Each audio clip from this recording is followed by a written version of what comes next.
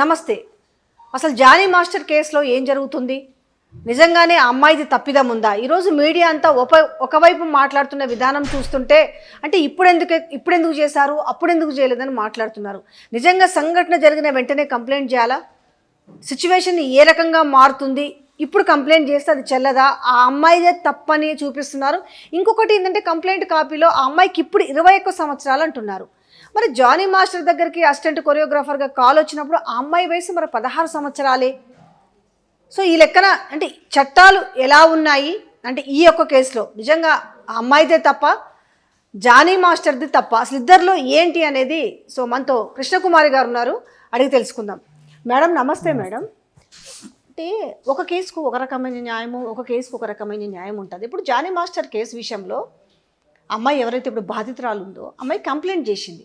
అమ్మాయి కంప్లైంట్ చేసిన విధానంలో కొంతమంది ఈరోజు తెరపైకి వచ్చి కొన్ని మీడియా ఛానల్స్ మొత్తం ఆ అమ్మాయిదే తప్పు అంటే వీళ్ళకి ఎక్కడో చెడింది కాబట్టి ఇప్పుడు కంప్లైంట్ ఇచ్చిందంటుంది. అయితే ఇప్పుడు మనకు బ్రేకింగ్ న్యూస్ తెలిసింది ఏంటంటే కంప్లైంట్ కాపీ చదివితే ఆమె వయసు వచ్చేసి 21 సంవత్సరాలు. ఇప్పుడు అంటే ఆమె D2లోకి వచ్చినప్పుడు ఆమె వయసు 14. 2019లో జానీ మాస్టర్ తన కొరియోగ్రాఫ్ టీంలోకి రమ్మని పిలిచినప్పుడు ఆమె వయసు 16. అంటే ఇది అప్లికబుల్ కాదా? ఇంతకీ మరి అప్పుడు జరిగినప్పుడు కంప్లైంట్ ఎందుకు చేయలేదు, ఇప్పుడే ఎందుకు చేసింది? వాళ్ళిద్దరి మధ్యలో ఏమైనా వ్యవహారం చెడిందా?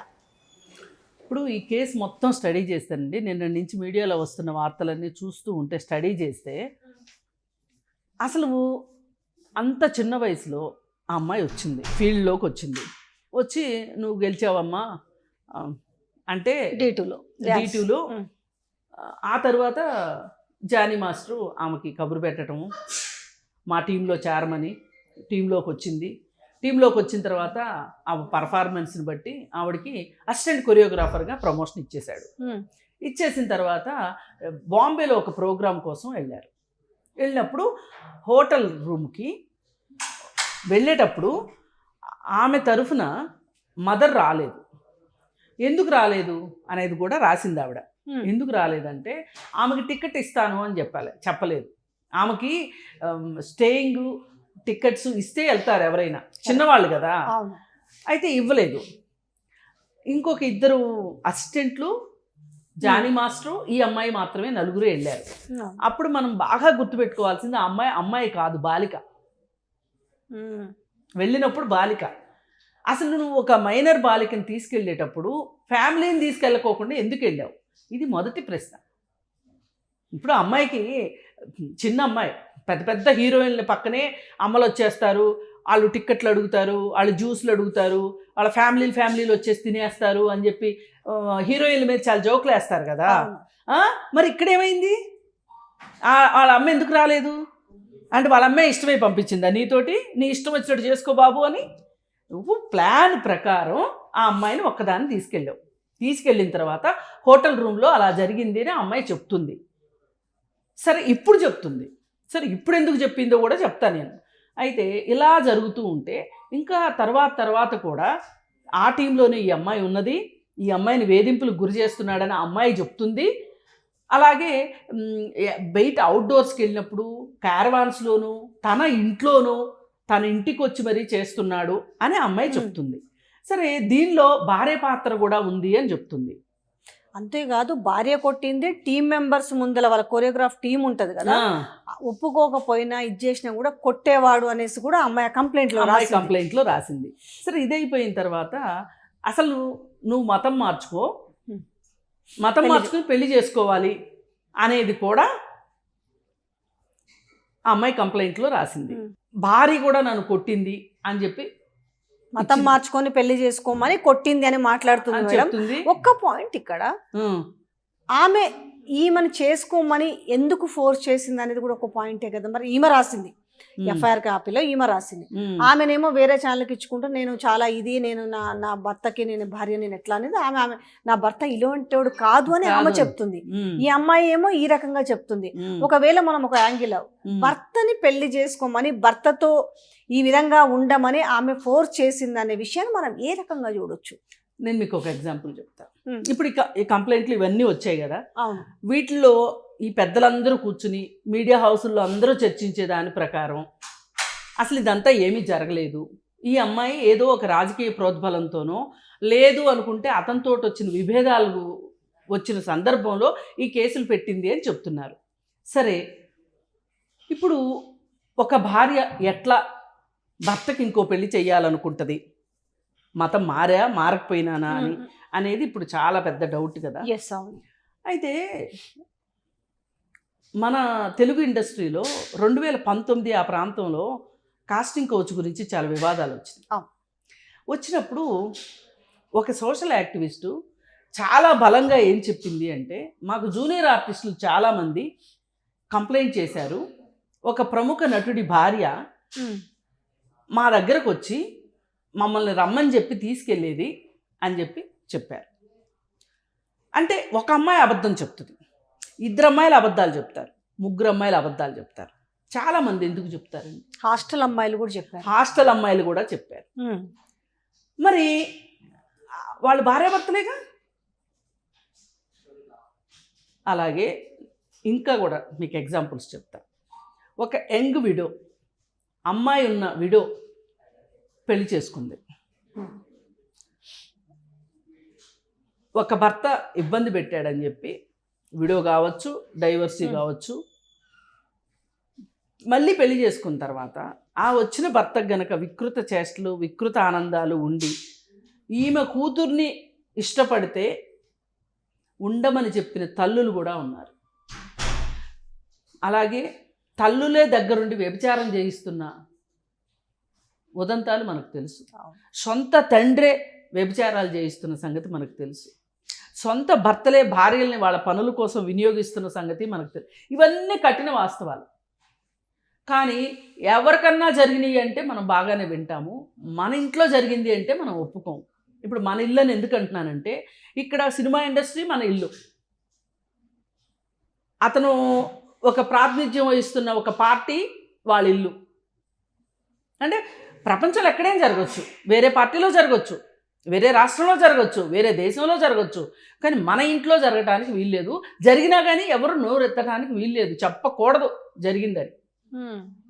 దానికి ఇప్పుడు ఈ వీర మహిళలు అందరూ కలిసి కూర్చుని మాట్లాడుతుంది ఏంటి అంటే, ఒక పక్క జనసేన పార్టీ ఏమో హడావుడిగా అతని మీద మేము క్రమశిక్షణ చర్యలు తీసుకున్నాము, పార్టీ కార్యక్రమాలకు దూరంగా ఉండమని చెప్పాము అని చెప్తున్నారు. బాగుంది. ఇవాళ పొద్దున్నే మీడియా హౌసుల్లోకి వచ్చి ఏం మాట్లాడుతున్నారు వాళ్ళు అంటే, నోటితో మాట్లాడితే నొసలతో ఎక్కిరించడం అంటే ఇదేగా. మీరేమో జనసామాన్యంలోకి ఒక వార్తను పంపించేశారు, అబ్బో జనసేన పార్టీ ఎలాంటి పార్టీ చూడండి, అసలు వైసీపీ పార్టీ అయితే ఇలా చేసేదా, వాళ్ళు ఇలా చేసిన వాళ్ళందరినీ డబ్బాలో పెట్టుకుని ఇంట్లో పెట్టుకున్నారు, మా జనసేన పార్టీ చూడండి ఇమ్మీడియట్గా పార్టీ కార్యక్రమాలకు దూరంగా ఉంది. ఇంకొంతమంది ఇంకో అడుగు ముందుకేసేసి సస్పెండ్ చేశారు అని చెప్పారు. మళ్ళీ వాళ్ళ పార్టీ వాళ్ళు ఏం చెప్తున్నారు, అబ్బే సస్పెండ్ కాదు, క్రమశిక్షణ చర్య, కార్యక్రమాలకు దూరంగా, పార్టీ కార్యక్రమాలకు దూరంగా ఉండమని చెప్తున్నాను. నేనేమంటానంటే, పార్టీ కార్యక్రమాలకు దూరంగా ఉంటాడా, సస్పెండ్ చేస్తారా, ఏం చేస్తారా అనేది మాకు సంబంధించిన విషయం కాదు. మీరు సమర్థించటాన్నే నేను ఖండిస్తున్నా. మీరు ఎట్లా సమర్థిస్తారు? సినిమా ఇండస్ట్రీ అయినంత మాత్రం నువ్వెట్లా సమర్థిస్తావు నాయనా? చట్టాలను మిస్యూజ్ చేస్తున్నారు. నిజమైన అసలైన బాధితుల కంటే కూడా కొసరు బాధితులు ఈరోజు వచ్చి ఫాల్స్ కేసులు పెడుతున్నారు. ఈ దేశంలో చాలా చట్టాలు ఉన్నాయి, కేవలం ఎస్సీ ఎస్టీ చట్టాలు మాత్రమే దుర్వినియోగం అవుతాయి. అలాగే 498 మాత్రమే దుర్వినియోగం అవుతుంది, 498A. అలాగే అత్యాచారం కేసులు మాత్రమే, ఆ చట్టాలే దుర్వినియోగం అవుతాయి, మిగతా చట్టాలన్నీ పర్ఫెక్ట్గా ఉన్నాయి. ఏం మాట్లాడతారండి అసలు? మీకు ఇక్కడ బేసిక్గా మీకు ఒకటి అర్థం కావాల్సింది ఏంటంటే, మీరు వచ్చి మీడియా హౌస్లో కూర్చుని మాట్లాడేటప్పుడు అసలు మీరు వివరాలన్నీ మీ దగ్గర ఉన్నాయా, వివరాలు లేకుండానే మాట్లాడుతున్నారా? వివరాలు ఉంటే ఇప్పుడు ఆ అమ్మాయి వయసు 21 సంవత్సరాలు, 21 సంవత్సరాలు ఈ రోజు ఉన్నాయి అంటే, ఆ అమ్మాయి చెప్తున్న ఘటన 2019లో జరిగింది అంటే, అప్పుడు ఆ పిల్ల వయసు ఎంత ఉండాలి? 16 ఉంటుంది. దాని గురించి ఎందుకు మాట్లాడరు అసలు మీరు? అంటే చిన్నపిల్ల అప్పుడు 16 ఏళ్ల పిల్ల, 17 ఏళ్ల పిల్ల నా మీద జరిగింది అని ఆ రోజే లబోదిబోమని చెప్పలేదేంటి అని మీరు చెప్తున్న ముక్తాయింపు. జానీ మాస్టరు ఈరోజు ఇంత పెద్దవాడు అయ్యాడు, కానీ అప్పట్లో చిన్నవాడే కదా, చిన్నవాడి మీద కేసు ఎలా పెట్టలేకపోయింది ఆ అమ్మాయి అని ఒక పెద్ద మనిషి మాట్లాడుతున్నాడు. మీకు అర్థం కావాల్సింది ఏంటంటే, మీ మెదళ్ళు అరికాల్లో ఉంటే నేనేమీ చేయలేను, కానీ జానీ మాస్టర్కి అమ్మాయికి వయసులో చాలా తేడా ఉంది. ఆ రోజు జానీ మాస్టర్కి పెద్ద వ్యవహారం లేకపోయి ఉండొచ్చు, జనసేన లాంటి పార్టీ అండలేకపోయి ఉండొచ్చు, లేదు సినిమా ఇప్పుడు కొరియోగ్రాఫర్స్ సంఘానికి అధ్యక్షుడు కాకపోయి ఉండొచ్చు, కాదని నేను అనట్లా. కానీ అతను ఉద్యోగం ఇచ్చే పొజిషన్లో ఉన్నాడు, ఆ అమ్మాయి చేసే పొజిషన్లో ఉంది. ఇదే కదా 2013లో గవర్నమెంట్కి పిచ్చెక్కి తీసుకొచ్చింది ఆ చట్టాన్ని, పని ప్రదేశాల్లో లైంగిక వేధింపులు నిరోధక చట్టాన్ని ఎందుకు తీసుకొచ్చింది అంటే, పని ప్రదేశాల్లో లైంగిక వేధింపుల నిరోధక చట్టం అంటే దీని అర్థం ఒక మహిళ చదువుకుని అంటే మేజర్ అయ్యి ఉద్యోగం సంపాదించుకుని ఒక గవర్నమెంట్ ఆఫీస్లోనో ఒక ప్రైవేట్ ఆఫీస్లోనో పనిచేసే అమ్మాయికి అంత రక్షణ ఉన్నప్పుడు 17 ఏళ్ళ అమ్మాయికి 16 ఏళ్ళ అమ్మాయికి రక్షణ ఉండక్కర్లేదా? అంటే ఇక్కడ వాళ్ళ వర్షన్ ఏందనేది వాళ్ళ తల్లికి, అంటే చిన్నపిల్ల ఇప్పుడు ఈ వర్షన్ మాట్లాడతారు, చిన్నపిల్ల అయినప్పుడు వాళ్ళ అమ్మకి చెప్పొచ్చు కదా నా మీద ఇట్లా చేసిరు అనేసి, వాళ్ళ అమ్మకి చెప్పించి వాళ్ళ తల్లిదండ్రులకు చెప్తే వాళ్ళతో కలిపి వెళ్ళి కేసు పెట్టొచ్చు కదా. అంటే వాళ్ళ వర్షన్ చూస్తుంటే అంటే కోడిగుడ్డు మీద ఈకలు వీకిన తరహా కనిపిస్తుంది, కానీ దాన్ని ఏ రకంగా మనం ఇది చేద్దామనే వ్యవహారం వీడు కనిపిస్తలేదు అనిపిస్తుంది మరి. అసలు కాదండి, ఇక్కడ మీరు వయసు ప్రస్తావన తీసుకొచ్చారు, అతని హోదా ప్రస్తావన తీసుకొచ్చారు, మీరే తీసుకొచ్చారు, నేను తీసుకురాలా. కానీ ఆ ఘటన జరిగింది అని ఆ అమ్మాయి చెప్తున్నప్పుడు ఆ అమ్మాయి వయసు ఎంత, జానీ మాస్టర్ వయసు ఎంత?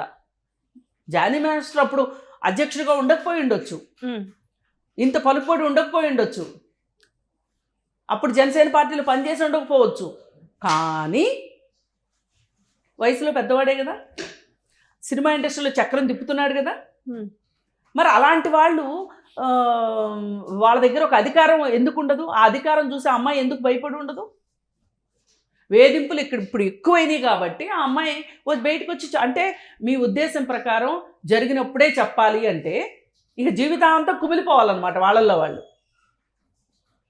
ఇప్పుడు కొంతమంది ఉన్నారండి, పెళ్ళైన వెంటనే అర్థమవుతుంది వాళ్ళకి భర్త సరిగా లేడు అని, ఈలోపు ప్రెగ్నెంట్ అవుతారు. ఈ పుట్టబోయే వాళ్ళ కోసం అని చెప్పి మారతాడు అని వెయిట్ చేస్తారు. ఈలోపు ఇంకొకళ్ళు పుడతారు, అతను అలాగే ఉంటాడు, ఈమె మారతాడు అని వెయిట్ చేస్తుంది. ఒక పాయింట్ వచ్చిన తర్వాత ఇతను మారడు అని అర్థమైపోద్ది, అయినా కానీ ఉంటుంది. ఉన్న తర్వాత పిల్లలు పెళ్ళిళ్ళు అయిపోయిన తర్వాత, పిల్లలు సెటిల్ అయిన తర్వాత 60 సంవత్సరాల వయసులో 62 సంవత్సరాల వయసులో ఆమె విడాకులు తీసుకోవాలి అనుకుంది అనుకోండి, కోర్టుకు వెళ్ళింది అనుకోండి, అప్పుడు కూడా ఈ వంకర మనుషులు ఇలాగే మాట్లాడతారు. వంకరగా ఏమి ఇన్నాళ్ళు భరించావు, ఇంకో 10 ఏళ్ళు భరించలేవా అని డెఫినెట్గా అంటారు, ఆమెనే అంటారు కదా. అలా కాకుండా ఈ నోళ్ళు 60 ఏళ్ల వయసులో ఆమె విడాకులు కావాలనుకునేంత దుర్మార్గం నువ్వేం చేసావురా నాయన, నువ్వెందుకు మారవు అని ఎందుకు అడగరు? అలాగే ఇప్పుడు జానీ మాస్టర్ ఉన్నాడు, ఆ అమ్మాయి అబద్ధపు కంప్లైంట్ చెప్తుంది అని అంటున్నారు. జరుగుంటే ఆ రోజే చెప్పొచ్చు కదా అని ఆ అమ్మాయి మీదకి, అంటే బాధితురాలనే బాధ్యులు చేసేంత తెలివితేటలు మీకున్నాయి. కానీ ఒక్క సెకండ్ అయినా సరే మీరు ఒక్క నిమిషం ఆలోచించి అసలు జానీ మాస్టర్ ఇలా ఎందుకు చేశాడు, జానీ మాస్టర్ నువ్వు ఎట్లెట్లా చేస్తావు, నీ దగ్గరికి చిన్నపిల్లలు వస్తున్నారు డాన్స్ ప్రోగ్రామ్కి, నువ్వు వాళ్ళతో కలిసి డాన్సులు వేస్తున్నావు, డాన్స్ మాస్టర్గా వ్యవహరిస్తున్నావు, కొరియోగ్రాఫర్గా అసిస్టెంట్ కొరియోగ్రాఫర్ని పెట్టుకుని చేస్తున్నావు, నీ దగ్గరకు వచ్చిన ఆడపిల్లలకు నువ్వు భద్రత ఇవ్వలేవా, నువ్వు ఎట్లా వేధింపులకు గురి చేస్తావని ఒక్కళ్ళు మాట్లాడట్లేదేంటండి? ఇక్కడ నేను ఇంకో విషయం కూడా మాట్లాడతా. 2019లో కాస్టింగ్ కౌచ్కి వ్యతిరేకంగా ఒక పెద్ద ఉద్యమమే నడిచింది. ఉద్యమం నడిచినప్పుడు దానికి నాయకత్వం వహించింది ఉమెన్ అండ్ ట్రాన్స్జెండర్ జేఏసీ వాళ్ళు నాయకత్వం వహించి, అసలు ఇక్కడ ఏ విధమైన కమిటీలు లేవు, ఒక ప్లేస్ వాళ్ళకి వాళ్ళ బాధలు చెప్పుకుంటానికి ఒక ప్లాట్ఫామ్ క్రియేట్ చేయండి అని అడిగారు, ఒక వేదిక కావాలని అడిగారు. అడిగితే దానికి సమాధానం లేదు. సరే ఒక కమిటీ వేయండి, ఇప్పటి వరకు ఏం జరిగింది, ఏం జరుగుతుంది, భవిష్యత్తులో ఇట్లాంటి జరగకుండా ఉండాలి అంటే మనం జాగ్రత్తలు తీసుకోవాలి అంటే అసలు మన దగ్గర ఏం జరుగుతుందో తెలియాలి కదా అని కమిటీ వేయమని అడిగారు. కమిటీ వేయమని అడిగితే కూడా వేయకపోతే అప్పుడు మా ట్రాన్స్జెండర్ మా గ్రూప్ ఆవిడ జేఏసీ ఆవిడ వసుదా గారు హైకోర్టులో పిటిషన్ వేసి కమిటీని వేసేటట్లుగా చేసింది ఆవిడ. ఆర్డర్ వస్తే చచ్చినట్టు వేశారు. ఆర్డర్ వచ్చిన తర్వాత కమిటీని వేశారు. ఆ కమిటీలో ఎవరెవరు ఉన్నారు? మా జేఏసీ తరఫున ఉన్న మెంబర్స్ ఉన్నారు, సినిమా ఇండస్ట్రీకి సంబంధించి ఉన్నారు, పోలీసుల నుంచి ఉన్నారు, అధికారుల నుంచి ఉన్నారు. అందరూ కలిసి ఒక కమిటీగా ఫామ్ అయ్యి అసలు మన సినిమా ఇండస్ట్రీలో ఏం జరుగుతుంది అని చెప్పి ఈ కమిటీ ఒక రిపోర్ట్ తయారు చేసింది. రిపోర్ట్ తయారు చేసి అప్పుడు Talasani Srinivas Yadav cinematography minister, CS Somesh Kumar ఉన్నారు. వాళ్ళ సమక్షంలో సోమేష్ కుమార్ గారికి ఈ కమిటీ రిపోర్ట్ ఇవ్వడం జరిగింది. ఏం చెప్పారు వీళ్ళు, ఈ కమిటీ రిపోర్ట్ని మీరు ఒకసారి స్టడీ చేసి దీన్ని ప్రజలకు అందుబాటులో ఉండేటట్లు పెట్టండి, తద్వారా సినిమా ఇండస్ట్రీలో మార్పులు చేర్పుల కోసం మనం అందరం కలిసి పనిచేద్దాము, మనందరి ఉద్దేశం ఏంటి అంటే అక్కడ మహిళలకు రక్షణే కదా మనకు కావాల్సింది అని చెప్పి మాట్లాడారు. ఈ రోజు వరకు ఆ రిపోర్ట్ బయటికి రాలా, కోల్డ్ స్టోరేజ్లో పెట్టేశారు ఆ రిపోర్ట్ని. ఇప్పుడు ఎప్పటి నుంచో మేము అడుగుతున్నాం ఆ రిపోర్ట్ ఏమైంది, ఆ రిపోర్ట్లో ఏముంది, అసలు ఇప్పుడు బాధితులు ఏం చెప్పుకున్నారు కమిటీతోటి, అసలు సినిమా ఇండస్ట్రీలో పరిస్థితులు ఏమున్నాయి, వాటి గురించి చర్చించాలి అంటే ఆ కమిటీ కావాలి, ఆ రిపోర్ట్ కావాలని అడిగాం, ఇవ్వలేదు. మొన్నటికి మొన్న ఇప్పుడు ఉమెన్ కమిషన్ చైర్పర్సన్ దగ్గరికి వెళ్ళి మేము దానికి కూడా ఒక అప్లికేషన్ ఇచ్చి వచ్చాం. సరే వాళ్ళు తీసుకురాలేదు, మీరన్నా బయటికి తీసుకురండి అని. ఎవరు తొక్కి పడుతున్నారు చెప్పండి? ఇప్పుడు మీకు ఎందుకు అంత భయం, మీకు అంత ఉలికెందుకు? ఉన్నమాట అంటే ఉలిక. ఆ రిపోర్ట్లో వస్తే ఎవరెవరు చేసేసిన బాగోతాలన్నీ బయటకు వస్తాయని, సినిమా ఇండస్ట్రీ బాగా మేడిపండులాగా ఉంది, ఇది ఇలాగే ఉండాలి అని మీ ఉద్దేశమా?